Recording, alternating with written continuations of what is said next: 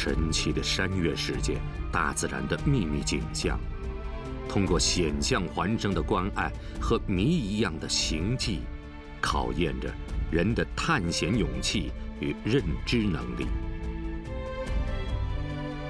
一条条陌生的线路，在向黄山深处的进发中，用一道道别样的风景，构成了黄山鲜为人知的另一面。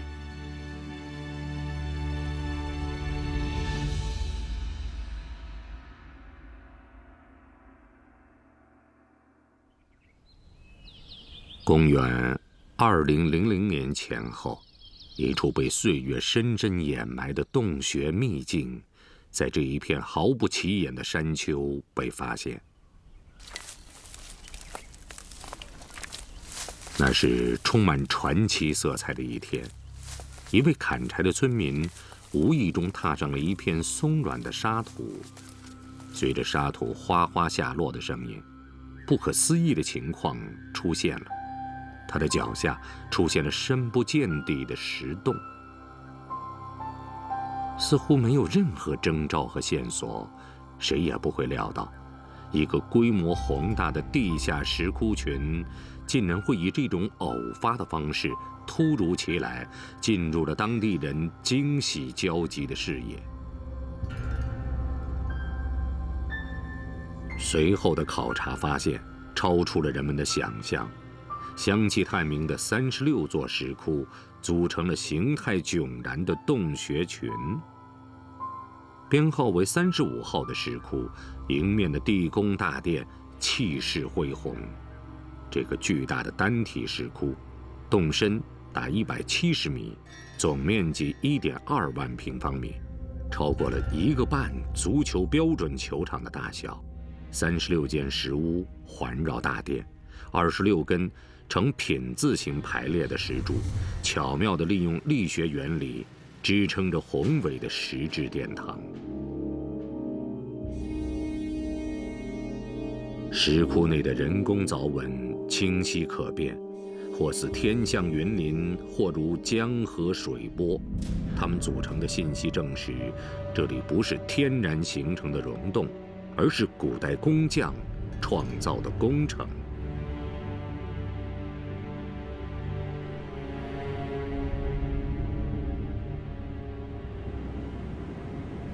位于新安江岸边的石窟群，连绵约5000米，呈线性分布在黄山延伸的这条余脉上。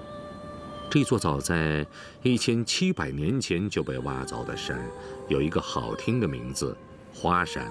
然而，在文书档案极其丰富的徽州，地处新安文化中心地带的石窟群，居然没有片言只字的记载。当地人很难接受这个事实。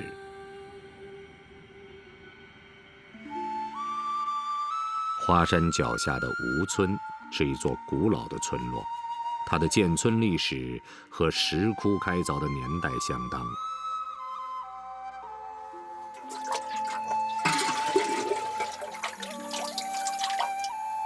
曾任村长的朱文秀，其实是石洞更早的发现者。50多年前，在上山采药时，他就曾和同村人一起走进过这些奇怪的洞穴。里面好深的啊，打个后把就进去了啊。进去一看，那走的有40-50米路，里面越进去越深，到里面去有水了，就不敢往里面走了。回来这个路上呢，回来的这个后把吸掉了，他走路还不小心还跌下水去。洞内氧气稀缺，往往没有察觉，火把就熄灭了。冰冷的、深不可测的积水，也阻挡了他们好奇的脚步。朱文秀的发现因此悄无声息。早年的发现者没有想到，这些石洞竟是人类的杰作。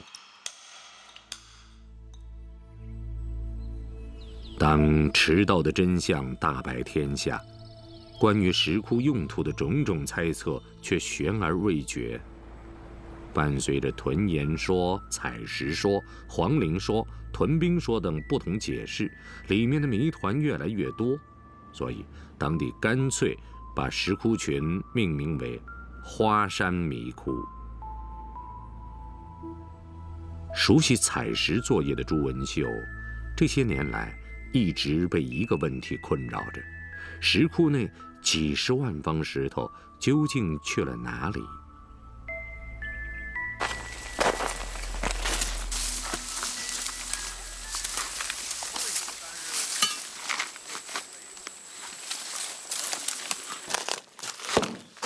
距离吴村不远，有一处几乎荒废的露天采石场，石壁上的凿痕和石窟里的痕迹十分相似。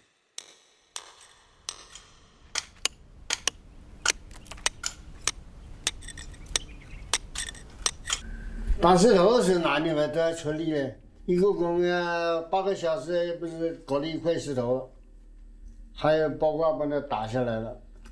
我们现在这个洞已经凿了6、7年才这么点大，就像我们华山迷窟那个35号石洞，就是要经过几百年、好几代人，肯定要一般都要上千年的时间才能造成。开洞取石，而不是露天采石。当地人猜测，这样做的目的是为了避免对自然环境和生态造成破坏。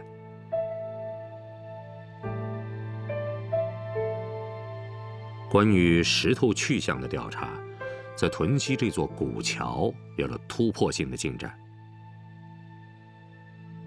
桥面和栏杆的石材用的是青色茶园石，而桥下的部分则是暗红色和黄色的粉砂岩，与花山迷窟的石质完全相同。因为粉砂岩容易风化，有些建筑便用防风化能力强的茶园石或者一线青石去加固整修。所以有人认为，在漫长的岁月里，很多取自石窟内的石材或许早已和建筑一起消失了。在朱文秀家里也保留着类似的发现。1975年，朱文秀在整修房子时，从地下2米深的土壤里挖出了这个石缸，同样是粉砂岩的石质。朱文秀相信，它就来自花山迷窟。碧号是电水的啊，还是走马槽的，都搞不清楚。吴城这个地方以前是很大的，地方有记载的是明代的时候啊，故居很多，周围那比较是底下都是石板路、石条子，那个房子全部是这个石料的。流淌在花山迷窟一侧的新安江，是徽州文明的摇篮。东进杭州的河道，同时也是徽商出外的重要水路。常识告诉朱文秀，选择在江边开凿石窟，很有可能考虑到了石料运送的水路之便。相比花山迷窟的众多谜团，这样的解释并不能消除朱文秀所有的疑惑。每天浇花灌木都能看到石缸上的凿痕，但他始终无法破译留在石头上的遥远信息。远在一条条热门旅游线路形成之前，通向隐蔽风景的路充满着新奇与悬念，它们组成了疑云密布的黄山之路，不断给后人带来惊喜的发现。就在花山迷窟重见天日之际，2002年8月，黄山人迹罕至的西海大峡谷对外开放。25平方公里的深邃景区，被认为是上帝之手创造的奇迹。因为地表深度切割，形成深沟大壑的峻险地形，明明近在眼前，却又苦于进入无门。这样的困局中，西海大峡谷成为远离探险者的神秘禁区。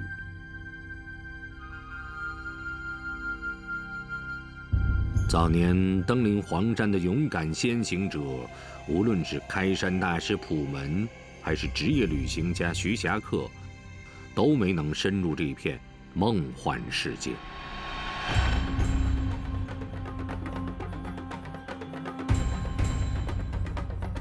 华山迷窟和西海大峡谷，两处完全不同的秘境，经过隔世已久的缄默，把打开秘密的时间约定在21世纪的曙光里。无论是古人的创造，还是自然的造化，他们带来的远不止引人入胜的景象。鬼斧神工的背后，探究未解之谜的路同样险象环生。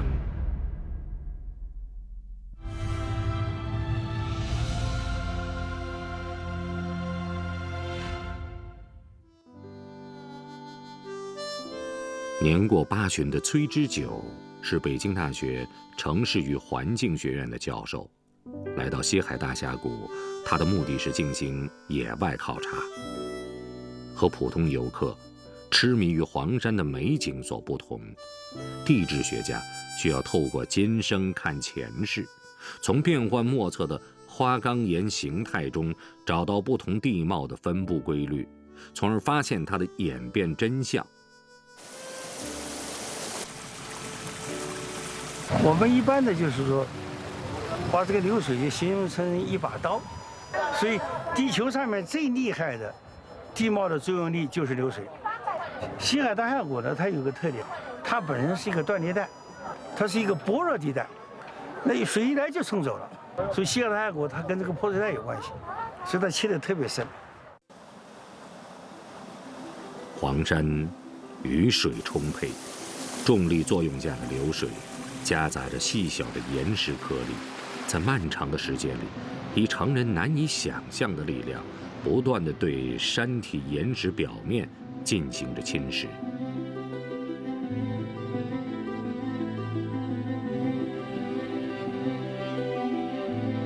地球内部结构和外部引力的结合，塑造了黄山山体的风骨。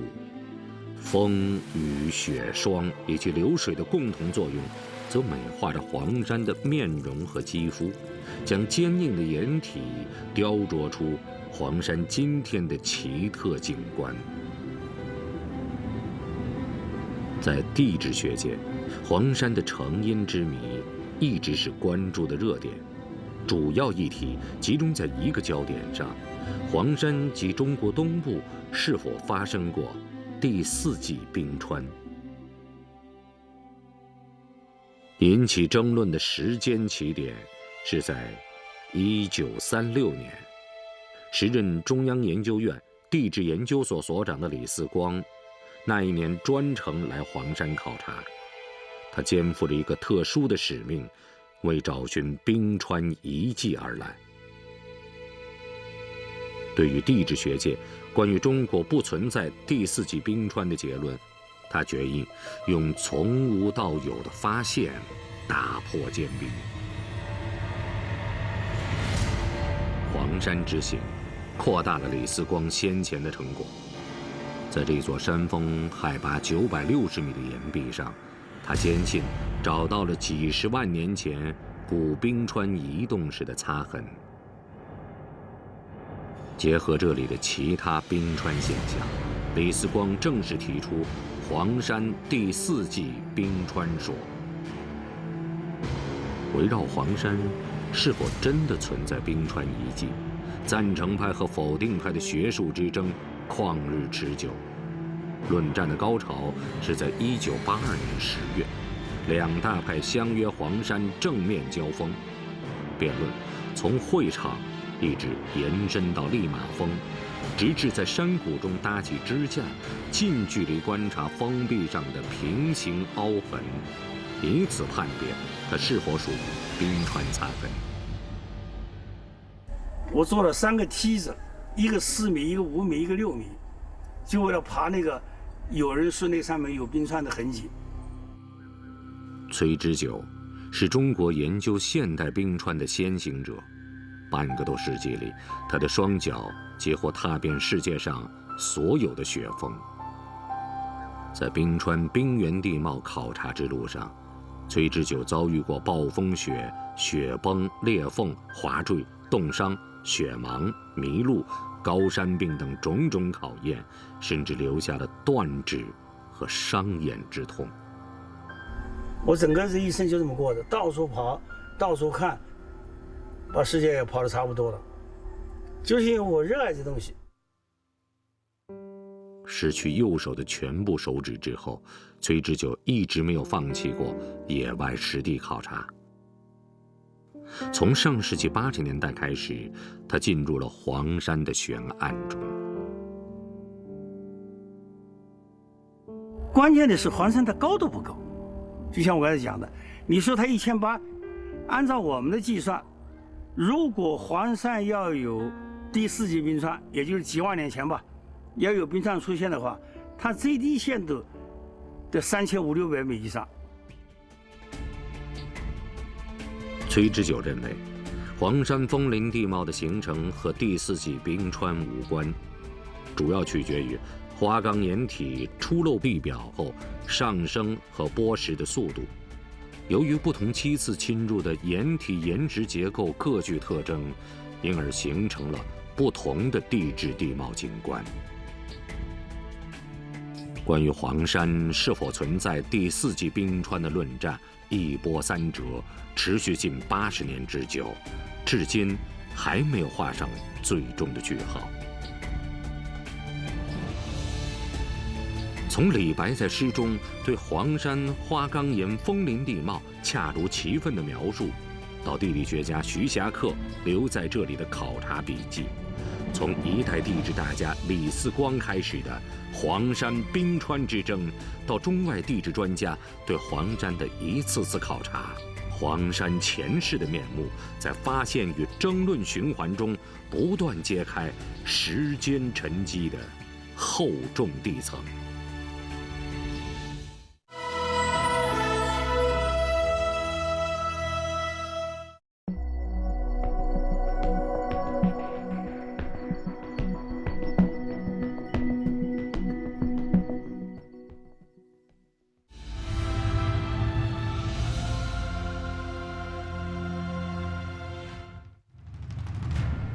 地质演变长达8亿年的时间轴线显示，这里曾经是一片汪洋。距今4亿年左右，黄山地区地壳抬升成陆地，其后经历了沧海桑田的反复变迁，海水时深时浅，时进时出。2亿年前，因为印支运动彻底脱离苦海，步入陆地发展阶段。在接着来临的几次造山运动中，黄山花岗岩体终于破壳而出。花岗岩体侵入地壳，铸就了黄山最初的山体雏形。而新的地壳抬升，让山体的沉积盖层剥蚀殆尽，地面开始下陷。这种经典的地貌演化模式叫地貌回春。而黄山由于抬升和下切强度大，故而形成了气势磅礴、奇峰穿云的峰林地貌。从起初出露地表呈穹形山体，到轻度构造隆起产生轻度切割，直到强烈地壳抬升引起强烈分割。在崔之九的眼里，几千万年来，黄山花岗岩地貌的演进，无论就类型分布、演化的完整性、经典性而言，在中国同类地貌景观中都独占鳌头。由于溯源侵蚀的强度不同，黄山代表性的景观被崔之九归于5种不同的地貌类型。岭脊如石笋冈、九龙峰，尖峰如玉屏峰，宝峰如莲花峰、天都峰，琼峰如光明顶，石柱如梦笔生花。它们林林总总，形态各异，集合成巨大的花岗岩天然博物馆。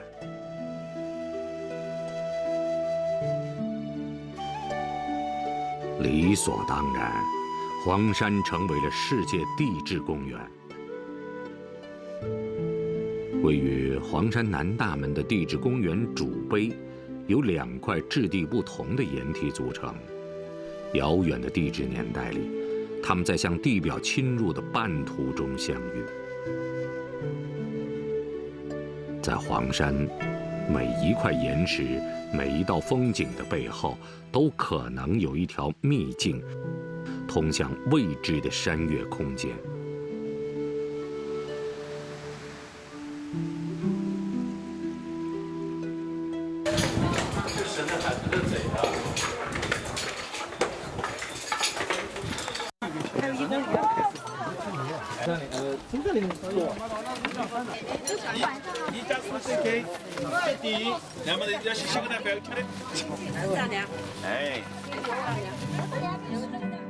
拥有专业的登山器材，李培生却和登山者的身份毫不沾边。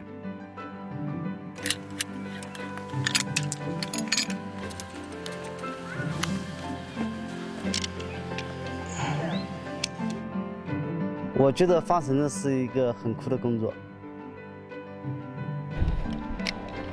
一只手拽着绳子，一只手按着升降器，双脚撑着峭壁，缓缓下落。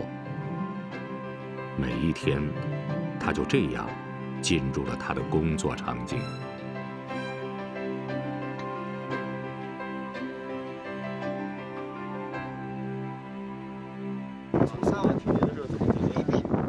在游人好奇的目光中，他肩跨绳索，慢慢接近悬崖下的落脚之地。这样惊险的上上下下，李培生有时一天要重复近10次。上黄山之前，生长在长江边的李培生一直缺少翻山越岭的经历，更不用说在光滑的悬崖上进行作业。但这却不能成为他逃避的理由，原因很简单，他年轻，身体好。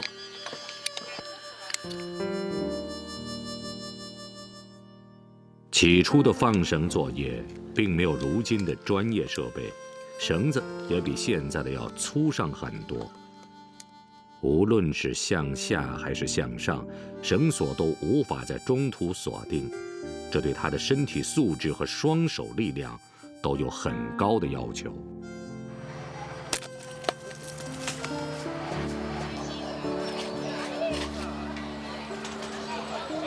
从10多年前开始，李培生就日复一日地往返在山道上，从游人中间穿行而过，他醒目的工装常常引起别人的注意。爬山的，我们爬山的。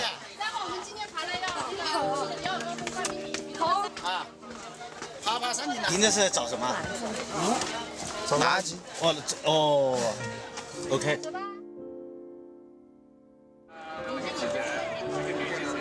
每天都和游客擦肩而过，但他的日常生活却并不为人熟知。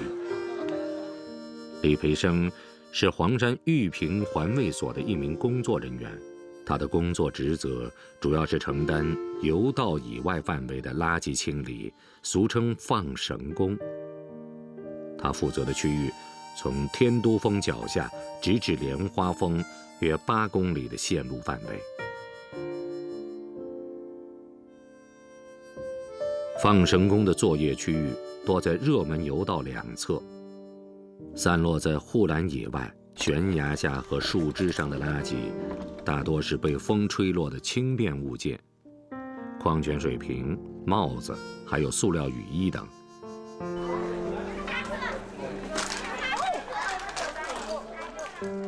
从峭壁放绳下去，要找准这些目标，并不是件容易的事情。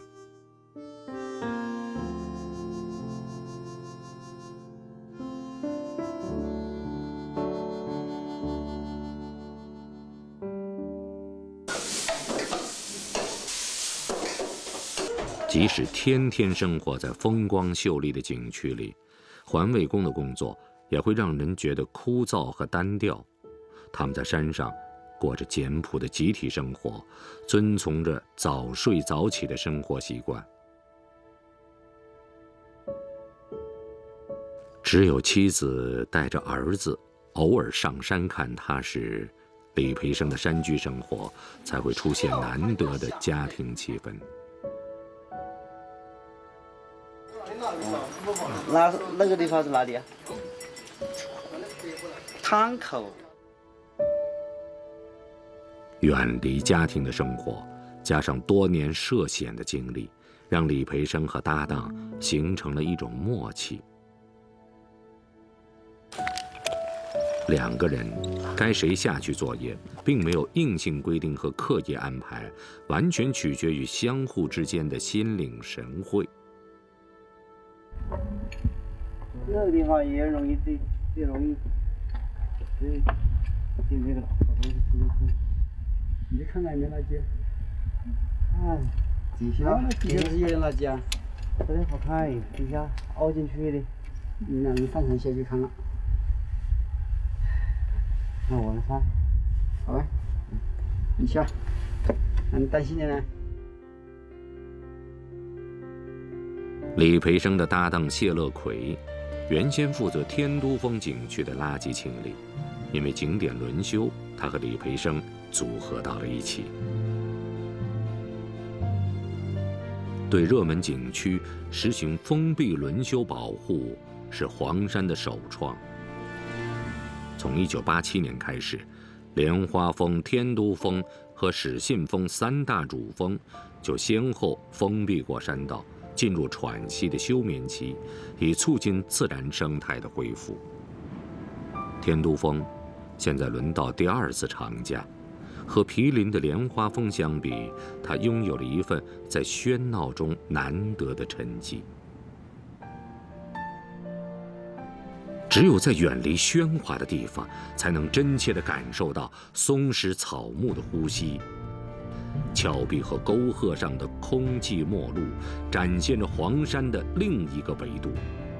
陡峭的坡面上垂悬作业，不是勇敢者的冒险游戏，而是人与山共存的默契。从1980年探险之后，朱世旺就有一个梦，一直在西海大峡谷徘徊。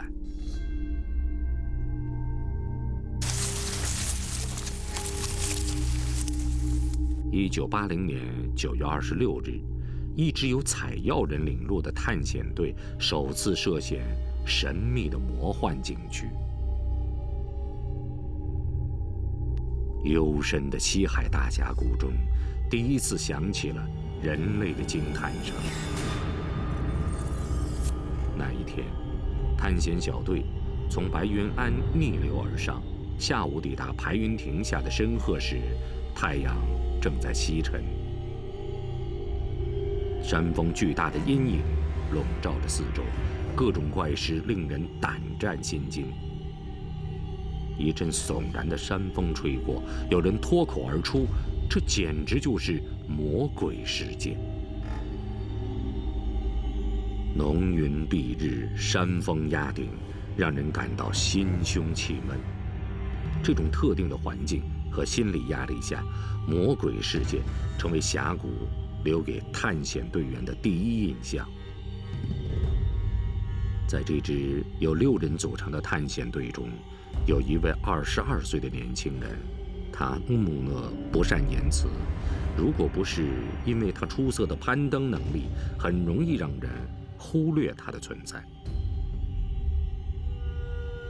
他叫朱世旺，15年以后，正是他一次次的深入峡谷，终于让一个梦幻景区惊现于世。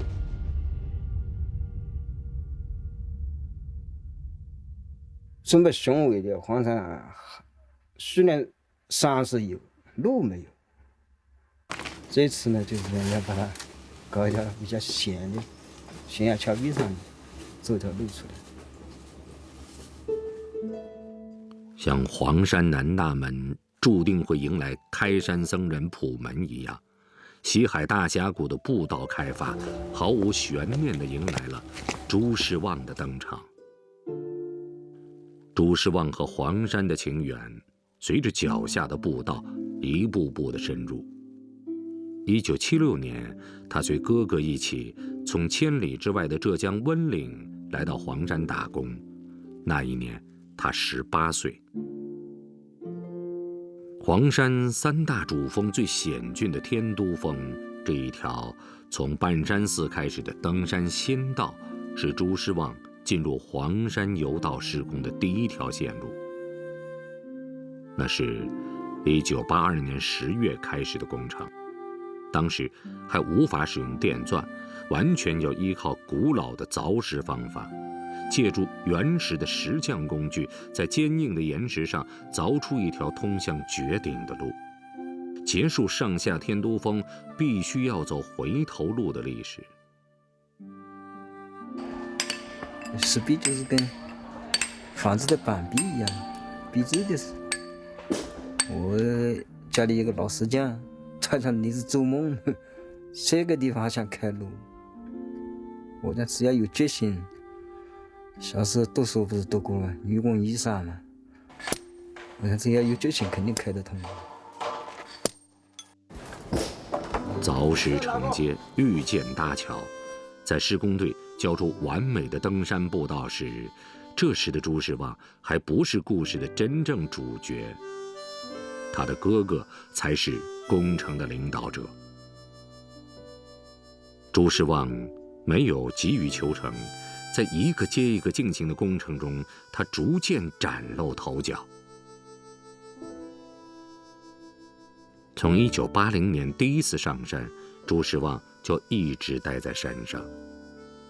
30多年过去了，回头看看身边的工友，当年来自家乡的几十名同伴，现在只剩下了他一个人。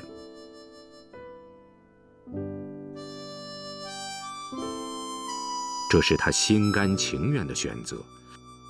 他从小就喜欢爬山，所以对山有一种特殊的情感。随着他主持施工的莲花峰循环道顺利开通，朱时旺成了开发西海大峡谷的不二人选。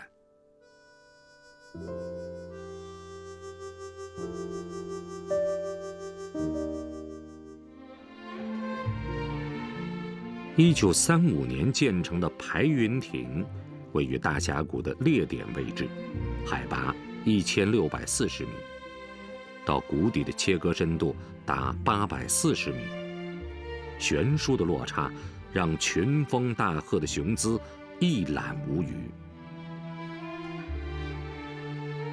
在峡谷探险的15年后，朱时旺又一次站在这里，他的使命是要在绝境中打开一条便捷的步行游览通道。从1995年开始，像黄山开山和尚普门一样，朱时旺的前期准备同样花费了整整2年时间。在威压绝境之中，他开始选线探路。选路线，首先要到几个制高点，看往上看，往周围看这个景色怎么样。每一条沟，每一个山头都要去，整天到晚就在这跑。很快，朱时旺就带着他的工友，以古老的开山凿石方法，现身在这片前无古人的深山峡谷。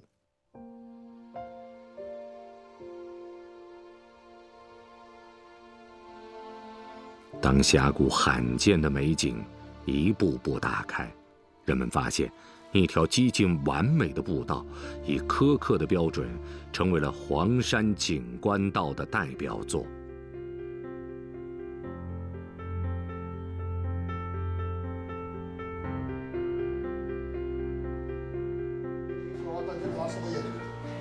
他是人嘛，应该高要往的，因为这是朱时旺在山上的家，也是他在山上住过的条件最好的工棚。随着施工地点不断转移，他山上的家也在流动中。他和工友们一起同吃同住，克服了施工上的一个又一个困难。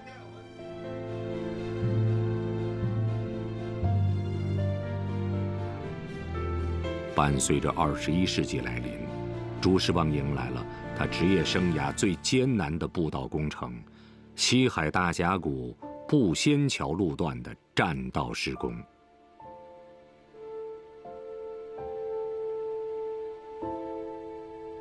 施工工地壁立千仞，陡峭的坡面上，测量仪器根本无法安置，连放绳时都很难找到支点。怎样才能接近山上高点，完成放绳测量工作？又怎样搭出便道，方便施工作业？重重困难考验着他和团队。梯子、毛竹、钢丝绳，施工队尝试着使用各种器材，完成峭壁上的悬空作业。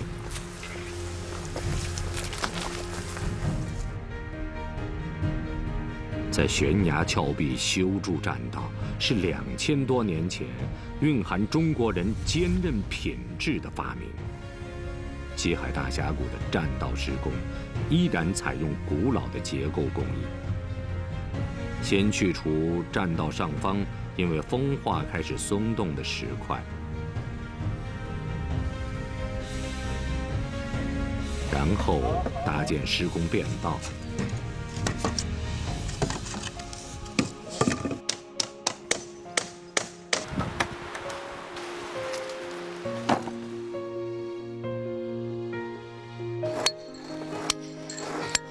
接着，在崖壁上横向凿孔，打进钢筋和梁柱，最后铺设路面。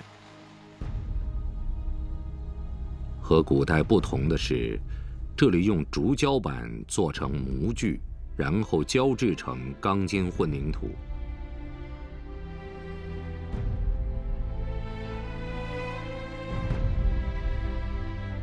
朱时旺向西海大峡谷进发的每一步，都充满着对人与自然的朴素理解。他和这一座山朝夕相处30多年，对每一块山石、每一株树木都饱含敬畏。他的内心里有一道准绳，那就是凿石铺路不能破坏山体和松树。这是属于他和黄山的秘密情感，像是履行一种古老的诺言。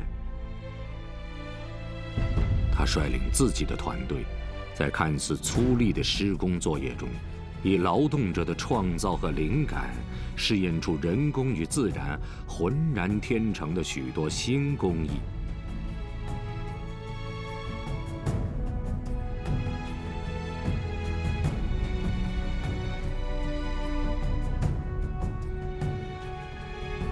没有人记得栈道完工的确切时间，直到西海大峡谷惊现于世，一条悬空的栈道，仿佛与生俱来。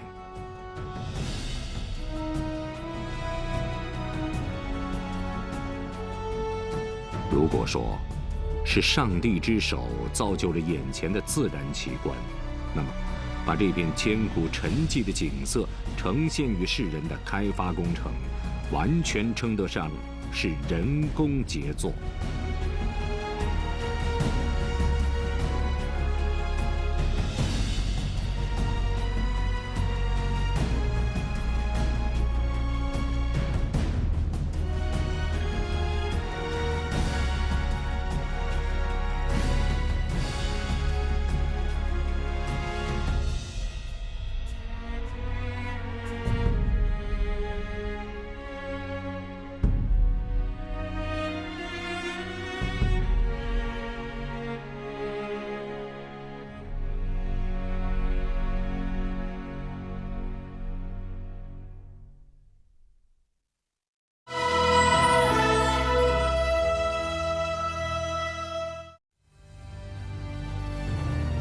触摸松林和岩石的呼吸，记录云海与山色的表情。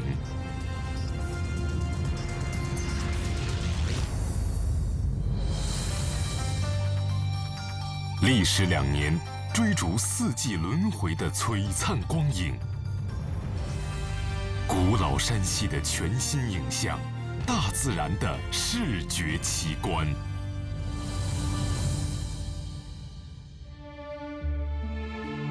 人间仙境，山林天堂，寻历神奇自然，解密山岳世界的经典传奇。石破天惊，筑梦徽州，从人与山相遇的曲折故事，走进文化繁衍的美好记忆。山水画卷，秘境之地，领悟山水精神的真谛，寻访更悠远、更深沉的境界。美丽中国，美好安徽，精彩纷呈。6集高清纪录片《大黄山》。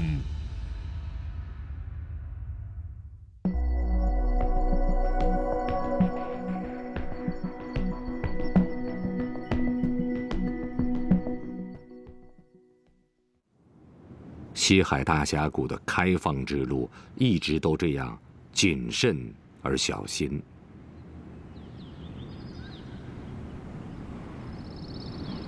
时隐时现的峡谷中，一项新的工程艰难地推进着。为远离施工现场，确保游人安全，部分景区的开放与封闭交替进行。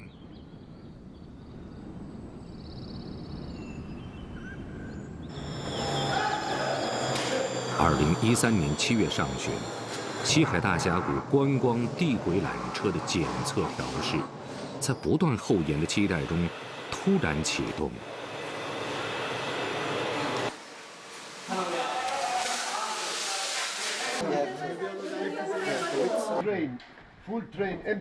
主要运用在山岳景区的地轨缆车，被认为是承载游客垂直上下的便捷工具。它首次进驻了黄山景区。工人们把盛满水的塑料桶不停地送进车厢，以检测地轨承重负荷时的运行能力。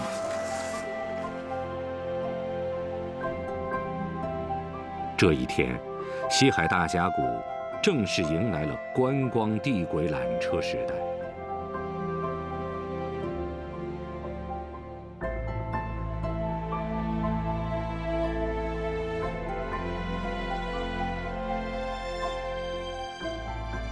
从谷底到终点石床峰，缆车爬坡892.6米，整段行程最快可在2分45秒的时间完成。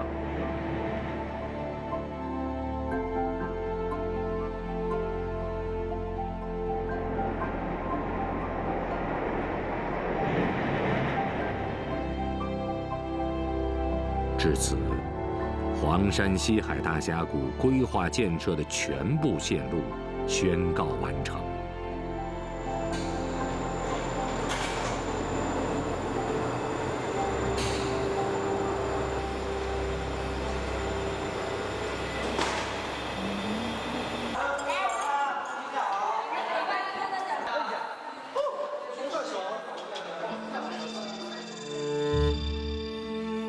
美不胜收的原生态风景，对于朱时旺来说，一切再熟悉不过了。从第一次探险到现在，他徒步上下峡谷多达100余次。在朱时旺的心目中，自己脚下的步道才是和这片枫林亲近的最佳线路。他需要游人准备体力的付出长达4、5个小时的行走时间，同时，这一条精心规划的甬道为游人预留了临险探幽的乐趣与大自然物我两忘的想象空间。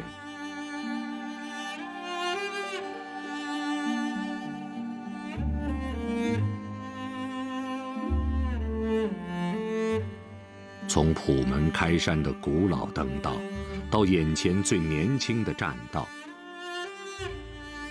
，400年的时间里，人们向黄山秘境的深入，离不开振臂一呼的开路英雄，更离不开那些寂寂无名的普通工匠。在6万级的步道已然成为黄山景观的今天，通向未知世界的秘境依旧遥遥无尽。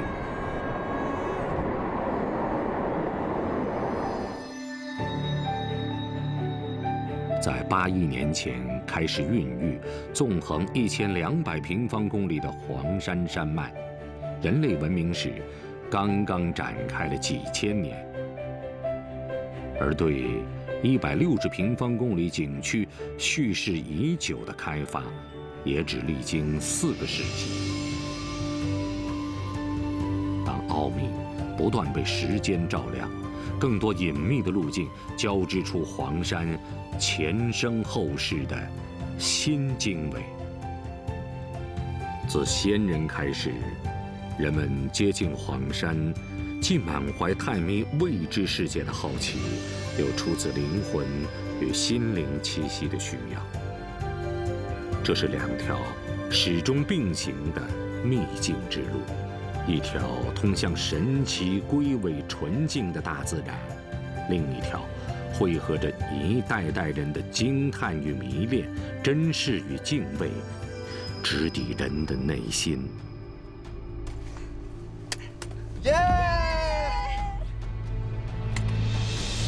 从一松一石的发育塑形，到山岳世界的奇异空间，从古老的劳动现场到传承历史的每一个场景，对美和美丽生活的追寻，是大黄山传奇的起点。